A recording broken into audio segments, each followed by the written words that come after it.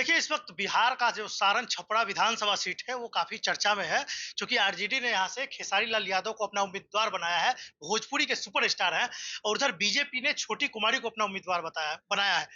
सवाल यही है, चर्चा यही है कि आखिर इस सीट पर जो है, खेसारी लाल यादव जब दिन में निकल रहे हैं, शहर में लोगों से वोट माँगने के लिए जा रहे हैं, भारी जन सैलाब, भारी जन समर्थन इनको मिल रहा है। अब इनसे जानना हमें यही है कि लगातार जो है इन पर हमलाएँ हो रहे हैं, रवि किशन के द्वारा हमला किया जा रहा है, लगातार सम्राट चौधरी के द्वारा हमला किया जा रहा है और ये अपने मन से सीधे जवाब भी दे रहे हैं।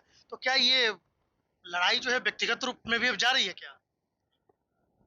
व्यक्तिगत रूप में देखिए ये लोग फालतू के बेमतलब के मुद्दे को भटकाना चाहते हैं। यहाँ विकास का मुद्दा है, यहाँ व्यक्ति विशेष का मुद्दा है ही नहीं। ये शब्दों से किसी को छोटा करने का कोई रीजन अब तो नहीं। ये लड़ाई सीधे तौर पे व्यक्तिगत रूप से रवि किशन ये कह रहा है ना कि भोजपुरी को इन्होंने बर्बाद कर दिया।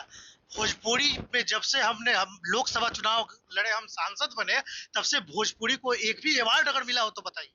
उससे कहिए कि काम करे, एक बार भोजपुरी सिनेमा फिर से बना दे और उसको अवार्ड दिलवाएं। अभी तो नहीं, ऐसा तो नहीं कि एक्टिंग छोड़ दिया उन्होंने। मेरे बड़े भाई है, नहीं बोलना चाहिए मुझे, बट उनको कहिए कि अभी तो आप हिंदी सिनेमा कर ही रहे हैं।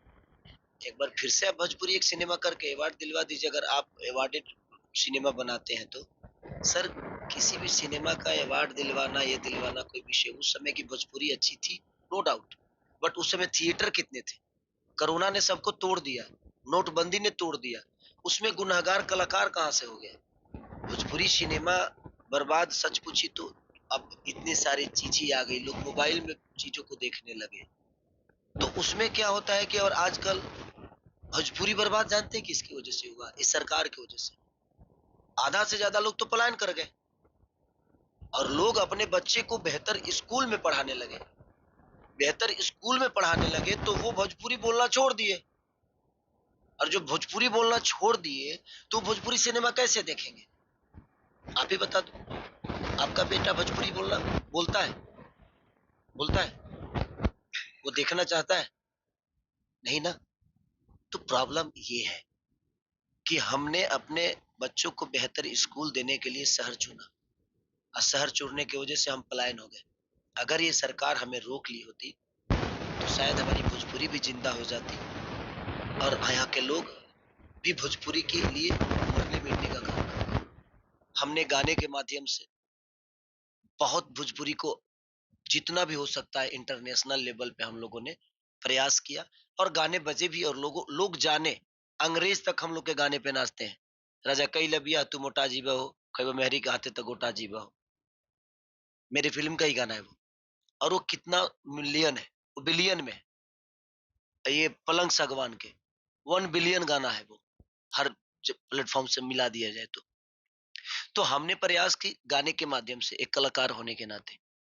और जहां तक कह रहे हैं भोजपुरी को बर्बाद करने, तो भोजपुरी भाई एक भाषा है, एक बोली है। भोजपुरी एक बोली है।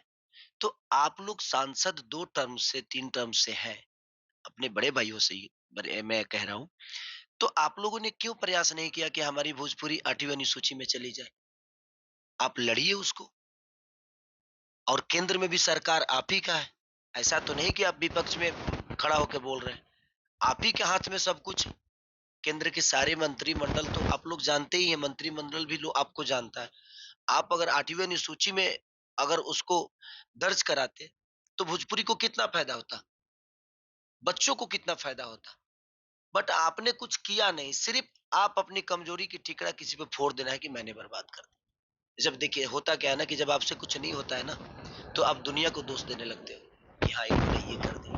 भैया को बोलिए कि अभी एक्टिंग तो कर ही रहे हैं, एक बार फिर से भोजपुरी सिनेमा को बनाए, उसको अवार्ड अवार्ड दिलवाए, तो शायद हम लोग भी कोशिश करेंगे जो ऐसा ही सिनेमा बनाए। क्योंकि वो जिस तरह बनाते थे पहले, हम लोग भी उसी रास्ते पे चलते थे। तो एक बार भैया की जरूरत है भोजपुरी सिनेमा बनाने की, एक बार उनको बनाना चाहिए फिर से। छपरा के मंच से उन्होंने शुरू किया ये कहना कि हमने तो छोटा भाई कहा था, किसी को युद्ध चल रहा था। महाभारत का प्रकरण पूरे विश्व के सनातनियों को याद है और पूरा बिहार भी सुन ले। जब युद्ध चला तो अर्जुन कहा कि भगवान सामने भाई है, चाचा हो, जो भी हो, भगवान कृष्ण क्यों न कहें, पटीदार चाचा काका भाई बहन जो भी हो तुम्हारे युद्ध में, अधर्मी ही क्यों ना हो, वो सनातन के खिलाफ क्यों ना हो, इस तरह की बात वो मन से बोल रहे हैं और आप भी लगातार उन पर हमले कर रहे हैं। तो ये सही तो सही सीधे उनका दोबारा अवतार हुआ है। वो द्वापर में अर्जुन यही थे, ये अर्जुन थे और भगवान कृष्ण इन्हीं से गए थे। सोचिए कौन जन्म होता है, पूर्व जन्म होता है ना, क्या जन्म होता है, अगला जन्म का बात अभी तक इनको याद है, पिछला जन्म का बात। अरे ये कौन सा विषय है? अगर मैं चुनाव, आपका पार्टी अलग है, मेरा विचारधारा अलग है। मेरे कहने का मतलब कि आप दिल्ली में रहते हो सर, कोई कश्मीर में रहता है आप ही का भाई, तो इसका मतलब ये थोड़ी हुआ कि वो आतंकवादी हो गया। ऐसा नहीं है ना। आप दिल्ली में रहते हो, आपको दिल्ली अच्छा लगता है, उसको कश्मीर अच्छा लगता है, तो इसमें विरोध की कौन सी बात है? आप कह रहे हो कि मैं अधर्मी हो गया। सच पूछिए ना, तो जो नेता है वो तो मेरे बड़े भाई हैं, लेकिन जब उन्होंने राजनीति में कदम रखा तो एक नेता के तौर पे उनको शब्दों से छोटा करना है किसी को। विकास की कोई बात ही नहीं कर रहा है। खेसारी ये है, खेसारी वो है, खेसारी भाई ऐसा है, खेसारी ये कर दिया। अरे भाई हम यहाँ विकास की बात करने आए हैं। हमारी लड़ाई विकास के लिए है। तेजस्वी यादव विकास के लिए लड़ रहा है। पूरा एनडीए, चाहे राहुल गांधी हो, मुकेश सहनी हो, चाहे जितनी भी हमारी पार्टियां हैं,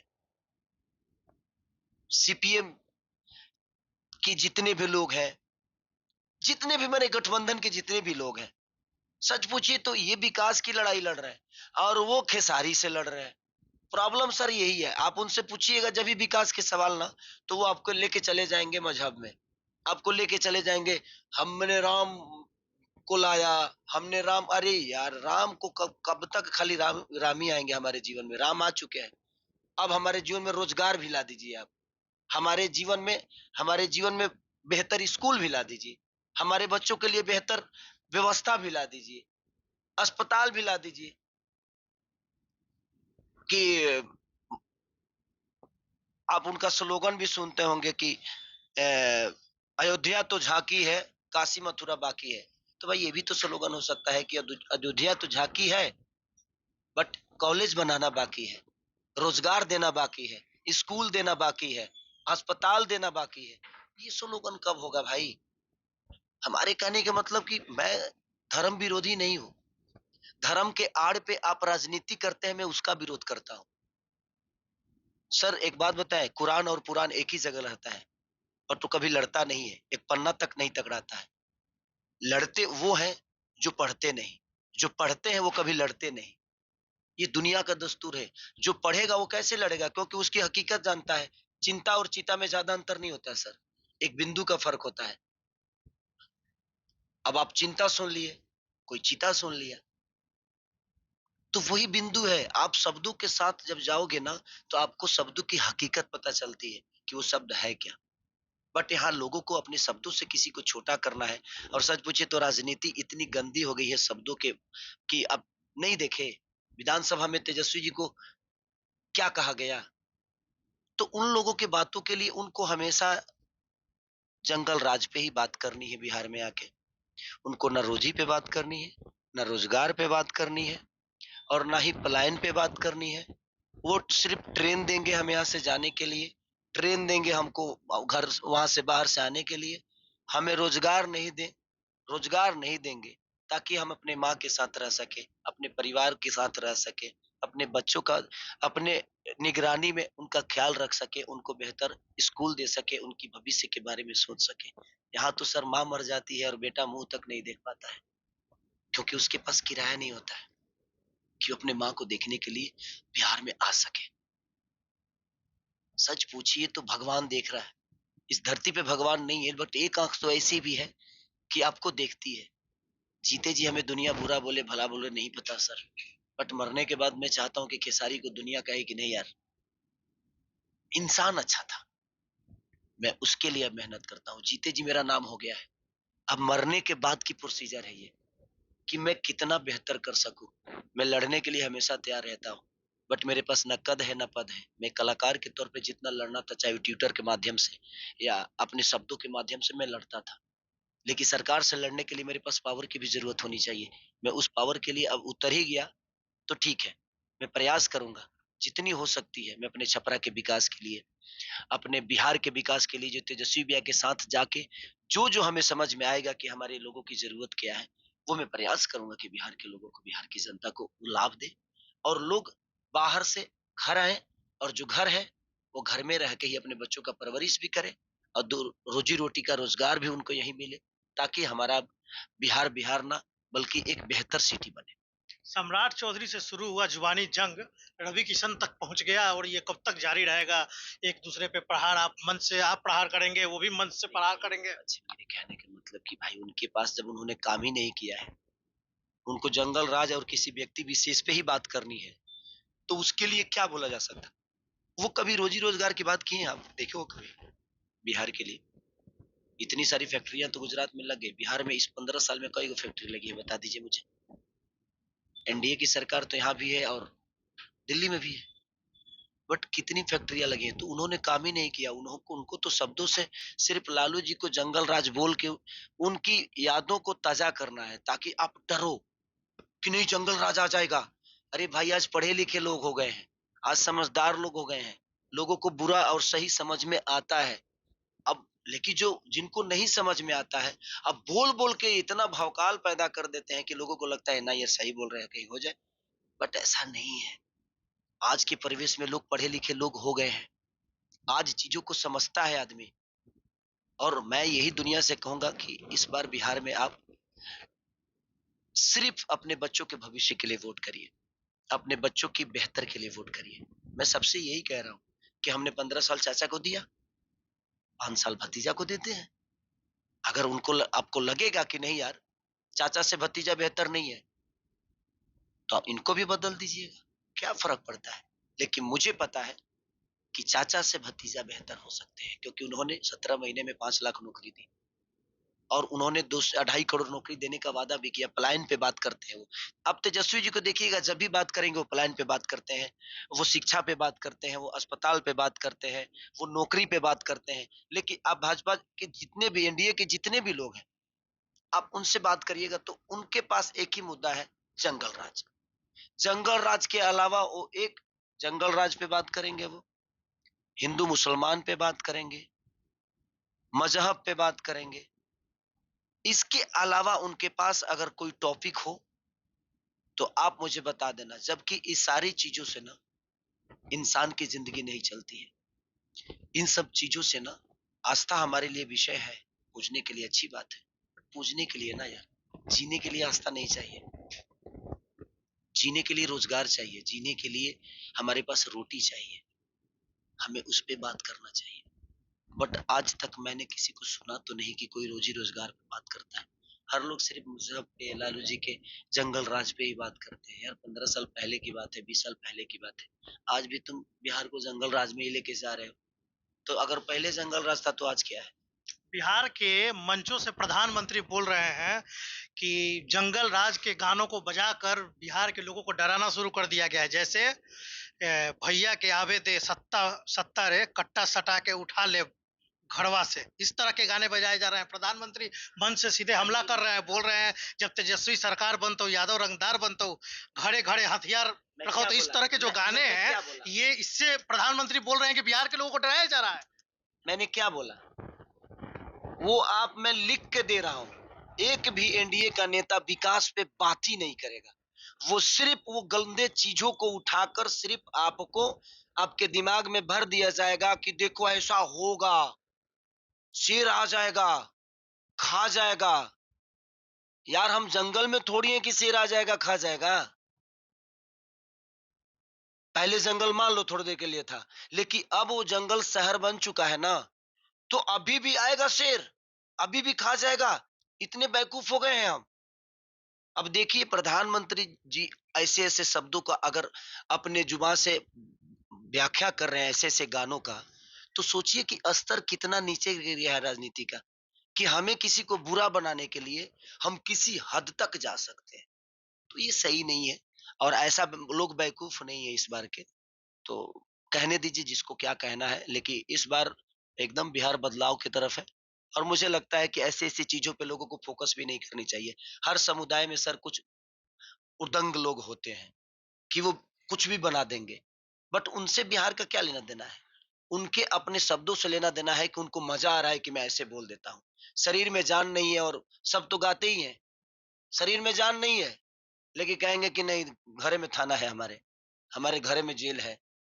तो वो सर, उससे राजनीति को और उससे विकास का कोई लेना देना नहीं है। लेकिन इनके पास कोई, अगर इन्होंने विकास ही नहीं किया तो इनके पास मुद्दा क्या है? वही छोटी छोटी चीजों को ये लोग मुद्दा बनाएंगे, मुद्दा बना के पब्लिक को भी अलग दिशा में लेके जाएंगे। बट पब्लिक अब बेवकूफ नहीं है, इस बात को समझती है कि ये विषय अलग हो गया और हमारे बच्चों का भविष्य अलग हो गया। हमारे बच्चों का भविष्य इस गाने की वजह से नहीं, बल्कि सरकार के बेमतलब की नीति से खराब हुई है। हमारे बच्चे इस गाने की वजह से ना बढ़े हैं, ना घटे हैं, ना उनका ज्ञान में कमी इस गाने की वजह से हुआ है। आप स्कूल दे दो ना, लोगों को रोजी-रोज़गार दे दो ना, ऐसे गाने का प्रमोट ही नहीं होगा। आप बिज़ी तो कर दो हमें। तो आपने हमें इतना फ्री रखा है कि हम इसी में लगे हुए हैं। काँटा ढूँढेंगे, ये करेंगे, वो करेंगे, ऐसा करेंगे। तो लोगों को बिज़ी कर दीजिए। बिज़ी हो जाने के बाद इंसान के पास जाके देखिए ना कितने गाने चलते हैं। अ, बाहर दिल्ली में या मुंबई में। हम तो मुंबई जब रहते हैं तो यूट्यूब भी नहीं खोल पाते। कभी हमने नहीं देख खोल पाया, क्योंकि हमारे पास काम इतने हैं कि हम कभी खोल ही नहीं पाते। तो बात वो है, तो रहने दीजिए। ये अब यही चर्चा चलेगा। आप उनसे रोजी रोजगार की एक, अब प्रधानमंत्री, माननीय प्रधानमंत्री तो आ ही रहे हैं छपरा में। अब सुनिएगा, एक बार भी वो रोजी पे बात नहीं करेंगे, रोजगार पे बात नहीं करेंगे, वो पलायन पे बात नहीं करेंगे, वो अस्पताल पे बात नहीं करेंगे, वो शिक्षा पे बात नहीं करेंगे। वो सिर्फ इसी पे बात करेंगे कि वो जंगल राज याद है ना, जो अभी 15 साल पहले, 20 साल जो पहले पैदा बच्चा हुए थे, उनको भी ये बात डलवा देंगे जो पहले ऐसे था, आज भी वैसा ही हो जाएगा। जिनको नहीं पता था, जिन बच्चों को, वो भी आज डर जाएंगे कि नहीं, जंगल राज था। तो नहीं, ये मुझे नहीं लगता कि इससे भोजपुरी का, या मुझे लगता है कि अपने बिहार का विकास इस गाने की वजह से नहीं, इन शब्दों की वजह से नहीं। ये गाने जो होंगे 4-5 लोगों के होंगे, और 4-5 लोगों से बिहार नहीं चलता है। ये 4-5 लोगों की ही सोच है, और उस सोच से बिहार का कोई लेना देना नहीं है। तो ये बिहार की जनता जानती है। तेजस्वी यादव माँ बहन योजना की बात कर रहे हैं और एनडीए खासकर प्रधानमंत्री बोल रहे हैं मंच से कि माँ बहन योजना की बात होती है, लेकिन महिलाओं का सम्मान ही ये लोग नहीं कर रहे हैं। अश्लील गाने बज रहे हैं महिलाओं के नाम पर, महिलाओं की तस्वीर लगाकर। मैंने क्या बोला? वो योजना की बात करेंगे, और ये उनको नीचा दिखाने के लिए कुछ माइनस, तो ये गानवा जो है तेजस्वी जी ने गाया है? नहीं ना। योजना की बातें तेजस्वी जी के मन में है, तो योजना का पूरा करना तेजस्वी जी का काम है। ये जो गाने गाए हैं ना, उनके नहीं। तो किसी और की गलतियां, क्या नहीं किसी लगता और इससे पे छवि नहीं थोपने। खराब होगी पार्टी की? अरे महाराज, छवि खराब हमारे। जिस जैसे अरे तो प्रधानमंत्री मंच से इस चीज को भुना रहे हैं, बोल रहे हैं। अरे तो ऐसे व्यक्ति जो प्रधानमंत्री है, उनके मुंह से ये से शब्द निकलने चाहिए। ऐसे शब्दों का तो जिक्र भी नहीं करना चाहिए। ऐसे लेकिन समाज में। बिहार के चुनाव में तो यही मुद्दा बन रहा है, अरे तो ठीक है, लोगों को अगर इसी लगता चीज है, को मुद्दा बनाया नहीं, जा अगर रहा है। उन लोगों को लगता है कि इस गाने की वजह से बिहार बर्बाद हो रहा है, तो भाई आप सेंसर बोर्ड लगा दो ना, आप ही की सरकार है। तो आप क्यों नहीं, तो इस गाने के बढ़ावा तो आप ही दिए हो। आप सेंसर बोर्ड लगा दो कि जब तक सेंसर बोर्ड नहीं होगा तब तक गाने नहीं रिलीज होंगे। ऐसे गाने पे रोक लगाओ, क्यों नहीं लगाते हो? केंद्र में भी आप ही हो, बिहार में भी आप ही हो, और उसका दोषी आप तेजस्वी जी को बना रहे हो। तो दोष तो आपका है कि आपने व्यवस्था नहीं दिया है। सेंसर बोर्ड लगा दो ना उस गाने के लिए। लगा सकते हो ना, फिल्मों के लिए लगाए हैं ना, तो आप गानों के लिए भी लगा दो। लगाओ, अपने आप समझ में आ जाएगा। जो ऐसे गाने होंगे वो रिलीज ही नहीं होंगे। नहीं होने दीजिए। तो आप समाज में जाने के लिए, मेरे कहने का मतलब कि हर रोड पे जाने के लिए रास्ता होता है ना, होता है कि नहीं होता है?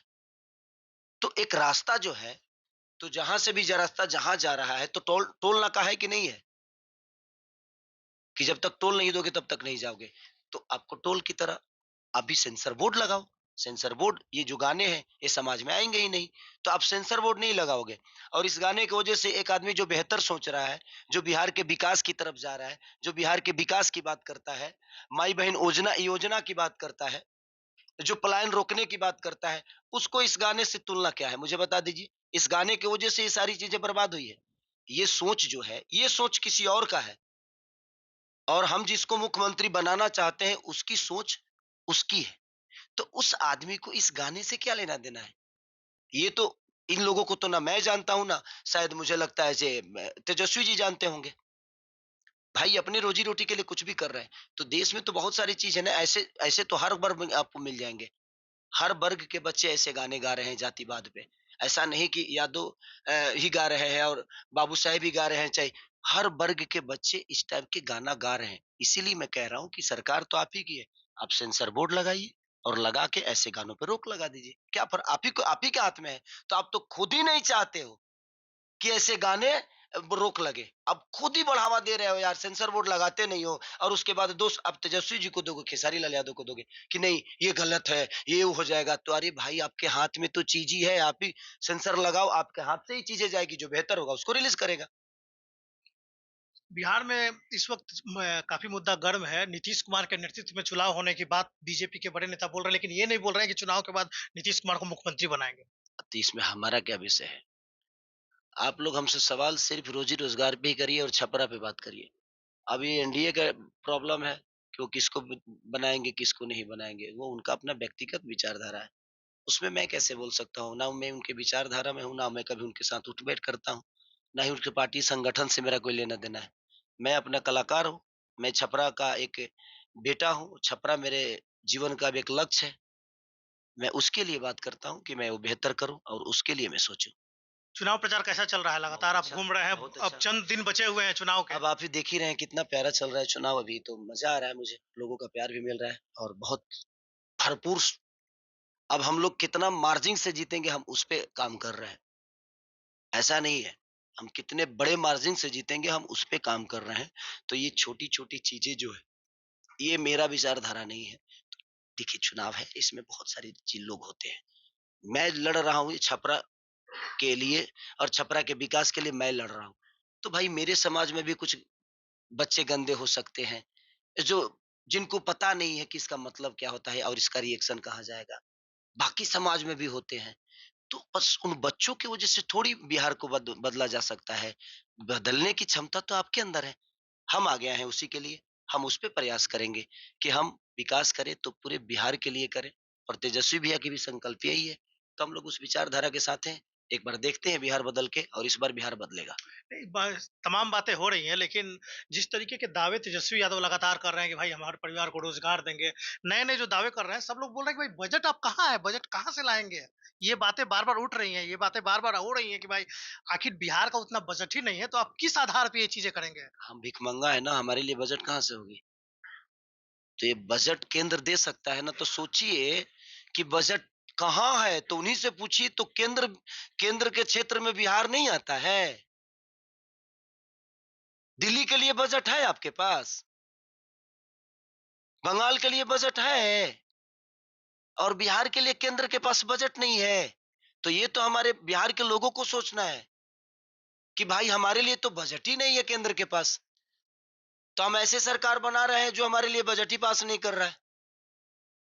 तो इसमें बिहार के लोगों को सोचना बड़ा ज़रूरी है कि भाई हमारे लिए बजट नहीं है केंद्र के पास। मैं आपसे अभी भी फिर से बोल रहा हूँ, इस चुनाव में मुद्दा पे कोई बात नहीं करेगा। ये हमें मुद्दा से भटकाना चाहते हैं, वो टिप्पणी करके कि ताकि हम छपरा के मुद्दा को भूल जाएँ, हम बिहार के विकास को भूल जाएँ और इनकी बातों में उलझ जाएँ, इनकी तरफ हम चले जाएँ। ये चाहते ही ये है। इसीलिए माननीय प्रधानमंत्री भी ऐसे-ऐसे गानों का ज़िक्र कर रहे हैं। सोचिए कि एक इतना बड़ा आदमी, समझ महाराज इंडिया के सबसे पावरफुल आदमी वही है, इंडिया के मालिक है वो। और वैसे आदमी चुनाव को जीतने के लिए ऐसे गानों पे विचार कर रहा है और ऐसे गाने बता रहा है और ऐसे गानों की चर्चा हो रही है। तो सोचिए कि सोच कहाँ जा रही है। जबकि उनके मुंह से हम विकास की बात सुन सकते हैं, अच्छा लगता है। उनके मुंह से हम पलायन रोकने की बात सुने, हमें अच्छा लगेगा। ये नहीं कि हम कांटा दुपट्टा उनके मुंह से सुने। वो तो 90 के दशक की बात कर रहे हैं, वो कह रहे हैं कि 90 के दशक में क्या होता था? देखिए गाने तो आज के हैं ना, चर्चा तो इसकी हो रही है। 90 के गाने तो है नहीं है। मैं वही कह रहा हूँ ना, 90 अलग था यार। ये 2025 है। आप इसकी बात करिए कि 2025 तक क्या किया आपने? 90 छोड़ दीजिए। आपने जो किया है उस पे चर्चा करिए। अदरवाइज़ 90 का कोई लेना-देना नहीं है आज की डेट से। Thank you. ये अब आज छठ का पहला अर्घ है, क्या कहेंगे कुछ? बस मेरे तरफ से जितने भी देशवासी हैं जो छठ त्योहार मना रहे हैं, मेरी तरफ से आप सबको छठ की ढेर सारी शुभकामना। और मैं भी अपने छपरा के हर घाट पे जाने की प्रयास कर रहा था कि मैं जाऊं, बट सेल्फी के चक्कर में किसी बढ़ती को कोई प्रॉब्लम ना हो जाए, इसलिए मैंने ये डिसीजन लिया कि नहीं, मेरे से ज्यादा जरूरी ये आस्था है, और किसी का आस्था और किसी का विश्वास से ना हिले, इसलिए मैं कल किसी घाट पे नहीं जा पा रहा हूँ, तो मुझे क्षमा करिएगा।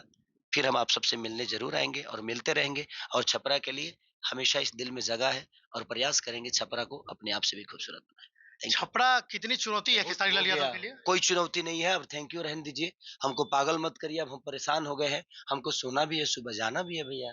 Thank you. ये हमारे साथ खेसारी लाल यादव है जो छपरा से राजद के उम्मीदवार हैं और लगातार दिन भर तो चुनाव कैंपेनिंग कर रहे हैं और काफी भीड़ भी हो रही है और सबसे ज्यादा जो भीड़ें हो रही हैं इनके सभाओं में सेल्फी लेने के लिए और देखने के लिए भी ज्यादा भीड़ हो रही है और सबसे बड़ी बात ये है कि जो लगातार ये घूम रहे हैं तो बड़ी संख्या में जो लोगों का जनसैलाब है वो साफ तौर पे देखने को मिल रहा है 14 नवंबर को ये तय होगा कि जनता जनादेश किसे देती है। आशुतोष नाथ, एबीपी न्यूज, सारण, छपरा, बिहार।